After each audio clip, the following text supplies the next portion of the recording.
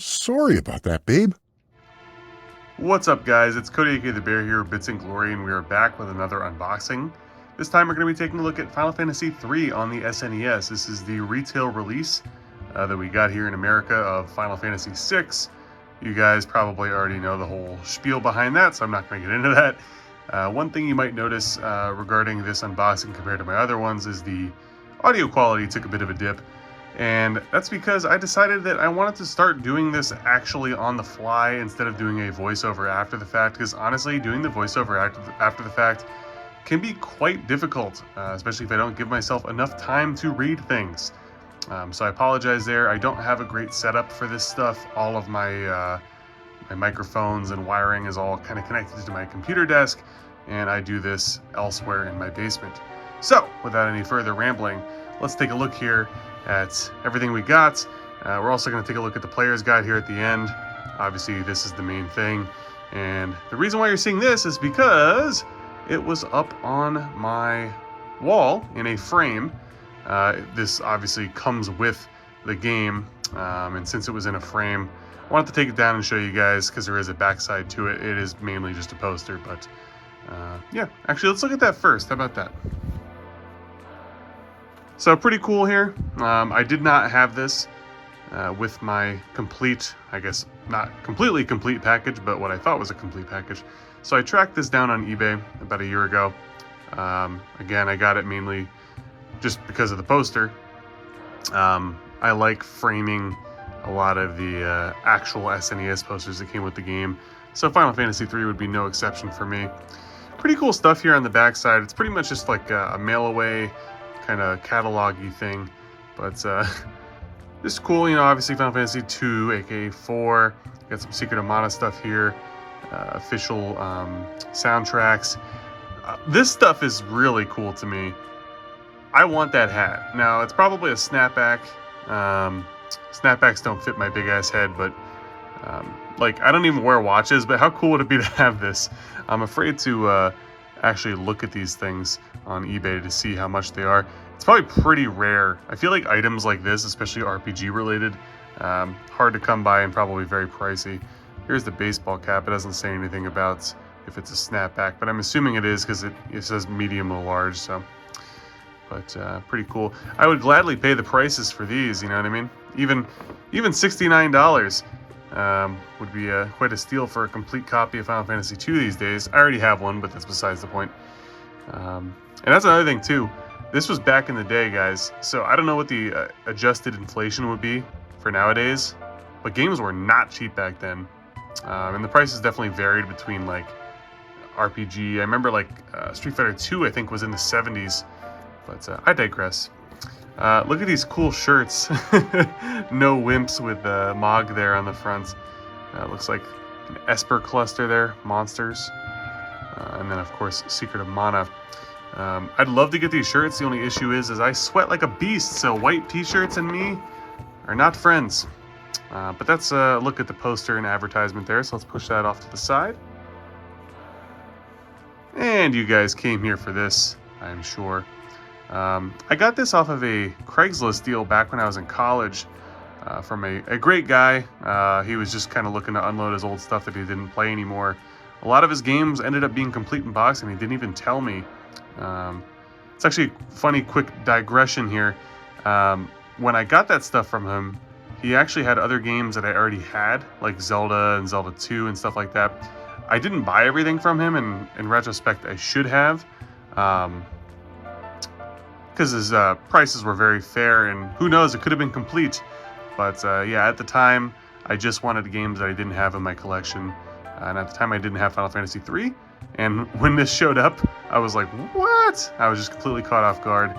But as you can see, the box is in decent shape. Structurally sound for the most part. You got some wear on the corners and some tears here. It's probably because a lot of stuff came with this game, as you'll see, including the poster that we looked at already. But let's take a look at the back here. Magitech has been reborn, and the end of the world is near.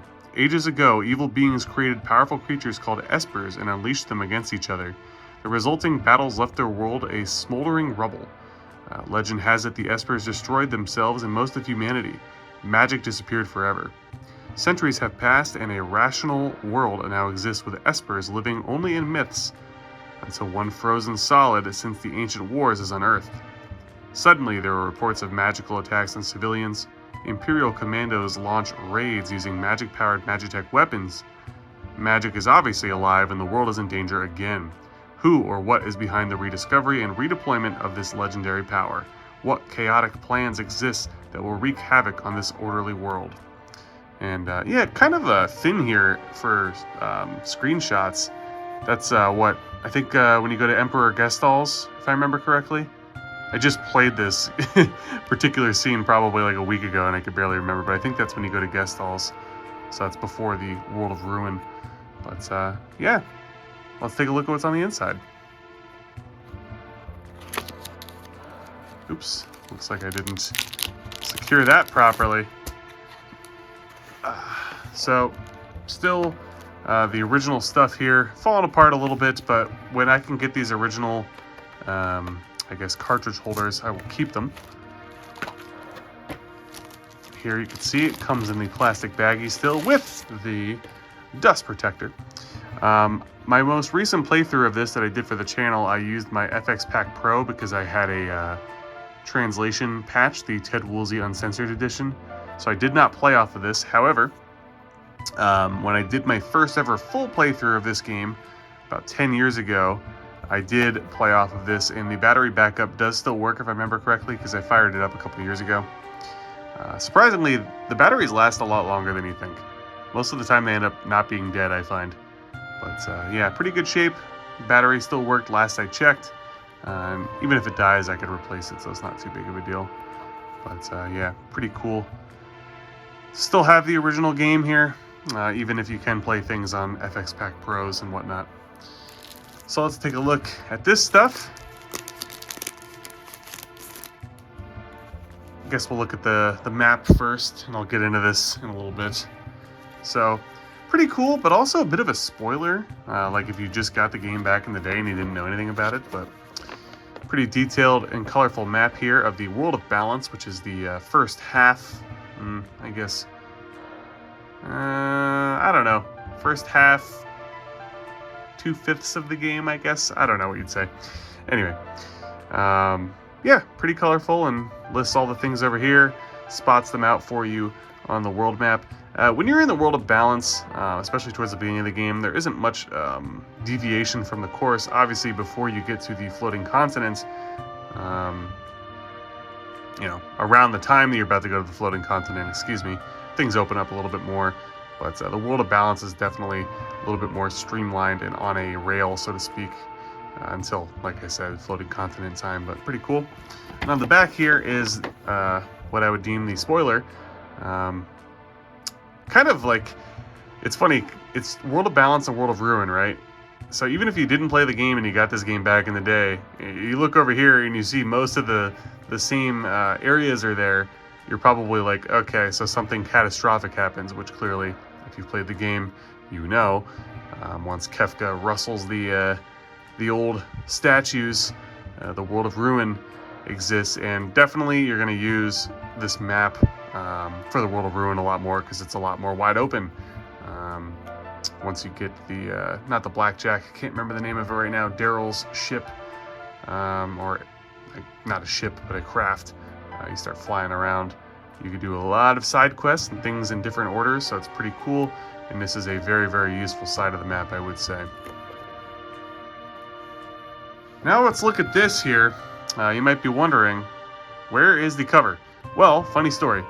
I don't know if it was just because of how large this is, or if it was this in particular, but you will notice if you go look on eBay that a lot of these are missing the covers, and the ones that have the covers are very, very beat up, torn, the spine is always ripping, so on and so forth. So ultimately I decided against upgrading because I don't feel like spending like $80 for a mint manual. Instead, I will keep the original that I got from the guy on Craigslist because, you know what, it was well loved and well used. Missing clearly a couple pages, but it's mostly just the cover and back cover and stuff. So let's take a look here. Obviously, this is a gigantic manual, so we're not going to be, you know, reading through everything here. Beasts of Doom, known as Espers, were created and unleashed to do the bidding of their masters. Beings of pure magic once ruled the world with power and command, but power rarely leads to contentment. A dispute amongst these beings turned into an all-out war. Beasts of Doom, known as Espers, were created and unleashed to do the bidding of their masters. The War of the Magi, or Magi, how do you pronounce that? I gotta look that up before I do my review, but I think it's Magi, reduced the world to smoldering rubble. When it ended, the Espers were gone, as were most of the citizens of the world. Many centuries have passed since the war. Civilizations have been rebuilt with iron machines and technology. For years, the Espers have existed only in ancient legends. Now an Esper has been discovered and the forces of magic are beginning to return. The risk of another more devastating war is growing. The future. What? Am I missing a page here? The future? Wait, what the hell? I'm not, hold on. Sorry, I'm like befuddled right now. The risk of another more devastating war is growing. The future. And then it just cuts off? I don't know. Anyway, that's interesting. Never really noticed that before. You got the controls here. Going over your name input in the various vehicles and airships. Chocobos I didn't use too much throughout this game, but the airships you'll be spending a lot of time in. Standard stuff here, starting your game and saving and all that kind of crap. Going over the sub-screen, which if you're familiar with Final Fantasy at all, you should pretty much know. Ordering, as far as the position in your party, as well as the front and back row for the battlefield formations. Going over item screens and arranging and whatnot. Skills, which entails your Espers and magic, as well as stuff like Sword Tech for Cyan, Blitz for Sabin, Lore for Strago, Rage for Gao, and Dance for Mog. Going over equipment for fighters. Optimum is something that you use a lot. However, I will say that Optimum is not perfect, especially if you use the Genji Glove. I found often that the game would auto-equip weapons that actually weren't as strong, particularly the swords. But anyway, surveying the troops. Going over relics, which are pretty cool. They help add to build variety in the game, which I'll go over more obviously in my review. Here's special relics that they want to call out. Sprint shoes are great, but if you play, most translated or hacked versions, the sprint is automatically assigned to the B button anyway, which the version that I played it was.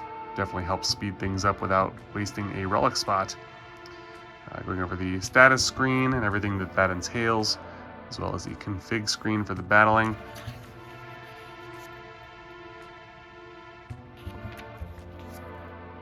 Going over the fighting screen, again, not going to break everything down here for you guys, but pretty, as you could see, we're 32 pages in, well, actually a little less than that, but a very comprehensive overview of just about anything you could ask for.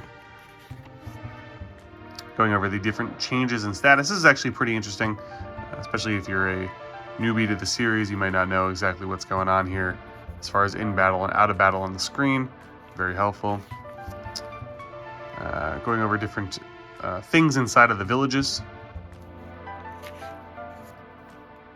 Pretty cool cheat sheet here for items as far as cost and whatnot.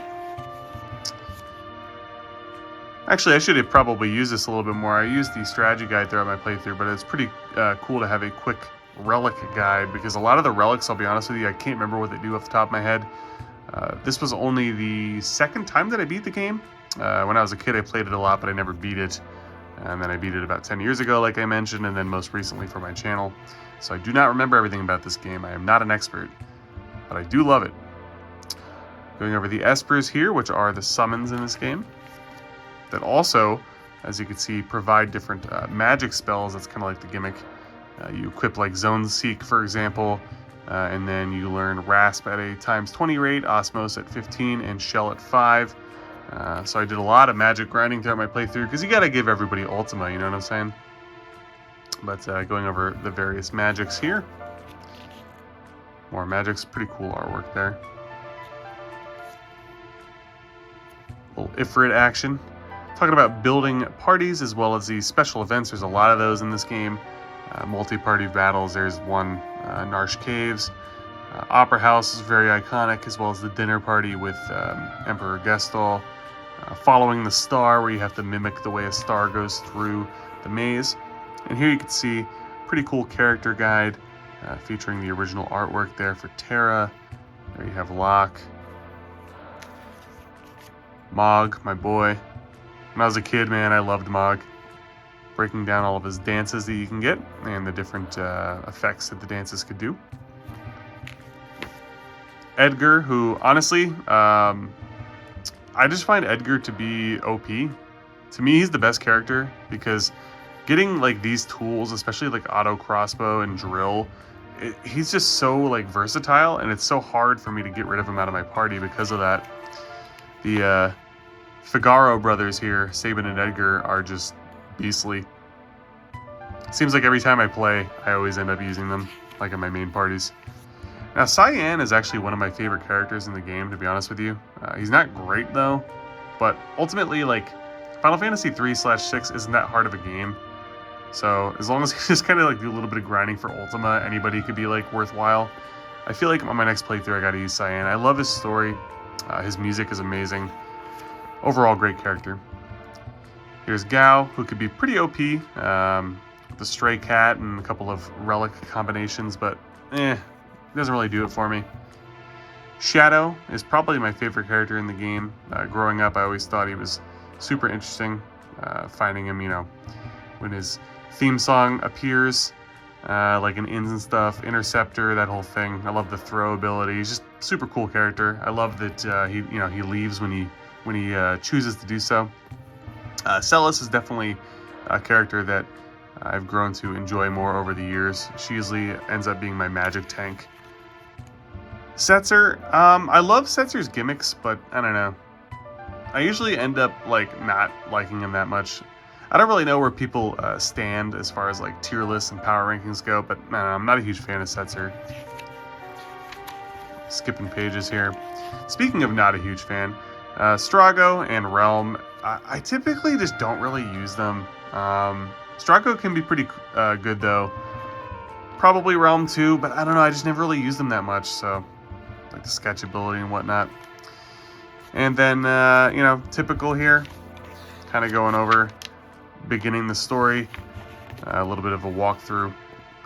Not as big by any means compared to like the Final Fantasy 2/4 guide towards the end, but gets you going. And then, of course, if you have this, then you're really good to go. So this we're definitely going to breeze through because this is like a 20-minute video at this point. Not in the best of shape. This was also part of the deal on that Craigslist thing. He gave me 2 of these. Again, this was a deal back in college, so we're talking like, I don't even know, 2007 or something at this point. He didn't even mention these. He threw 2 in. I ended up giving one to my friend, I believe, and then I kept this one. They were both in rough shape, so pretty clearly this person and his siblings were very, very into Final Fantasy 3. I use this throughout my playthrough. I find it to be definitely very helpful. A lot of the same stuff, kind of breaking down all the characters with the artwork. You know, the main meat of it all is, you know, you get like breakdowns, maps, as well as checklists for different areas so you don't miss things. Some strategies and stuff. You can see the shops there for Narsh in both the World of Balance and World of Ruin. Again, don't want to go through the entire thing here. You kind of get the point. Mount Colts, you know, breaks down as you go along in the game. There's a clear separation between World of Balance and World of Ruin. Floating island. So then there you go, breaking down into the World of Ruin now. The good part about this strategy guide for the World of Ruin is it kind of gives you a you know, recommended path, because there's a lot of different open-ended areas and paths to go in the World of Ruin. Like, you don't even need to get all the characters, but this will, it's pretty completionist, I would say. So once you get to the end there, Kefka's Tower, in the back you have more breakdowns for like magic and items and weapons and armor. You know, the typical stuff in the back. Some more advanced strategies, see. Camping at a save point. There's a lot of like glitches and stuff in Final Fantasy 3, like Vanish Doom, and I think you could if one party is on top of a save point and you switch to another one, you could actually like use a tent and save there as well with the other party who's not actually on the save point. But anyway, lots of cool stuff to kind of manipulate here. And there is a very similar advertisement to the one that I showed you on the poster. And yeah, guys, that's about it. So let's get everything in the shot here. A lot to fit in. So I don't know how I'm really going to do it. I'm just going to kind of plop everything down, I guess. But yeah, hopefully you enjoyed the video.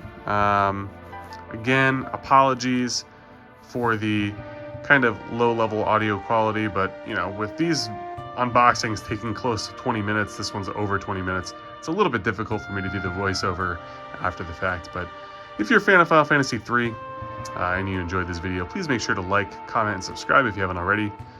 And yeah, check out the pinned comment or description below for my playlist for all my Final Fantasy III stuff, where you will find lots of shorts, this unboxing, my playthrough, which is a long play without commentary, and a day or two after this video comes out, I will have my review.